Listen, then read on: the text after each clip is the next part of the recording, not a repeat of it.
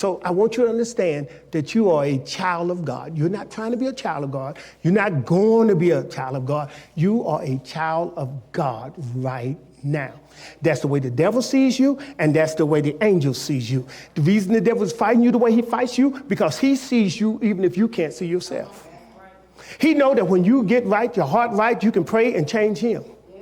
Not change his character, but change what he's doing. You can prevent what he's doing. You can intercede on behalf of your family. You can intercede on behalf of friends. You can, through prayer, through intercessory prayer especially, you can affect God's kingdom on the earth. That's why Jesus said you ought to pray, thy kingdom come, that will be done on earth as it is in heaven. So you're going to learn that when we say thy kingdom come, Jesus told them to pray it because the kingdom had came. So now that the kingdom is here, glory to God, now that the kingdom is here, I want you to understand that, pull up that series from the last time on PowerPoint. Some of those verses will be in there for me.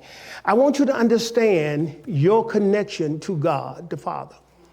And while you're walking around on this earth, dealing with bills, dealing with illness, dealing with this and dealing with that, and that is your focus, while you're doing that, you are ignoring something very significant about you. Satan caused disruptions, distractions, and a whole lot of other things that will deter you from your destiny. He will push that in your life so that you won't see who you are. And so if he can get you to focus on what you're going through rather than who's with you as you go through, then you're going to struggle. But what if I become really conscious of who I am? So the first thing you're going to learn about in this series is your awareness. Your need to become aware of who you are and where you are. Who you are and where you are. So let's look at that in Colossians 1 and 13, verse 1 and 13.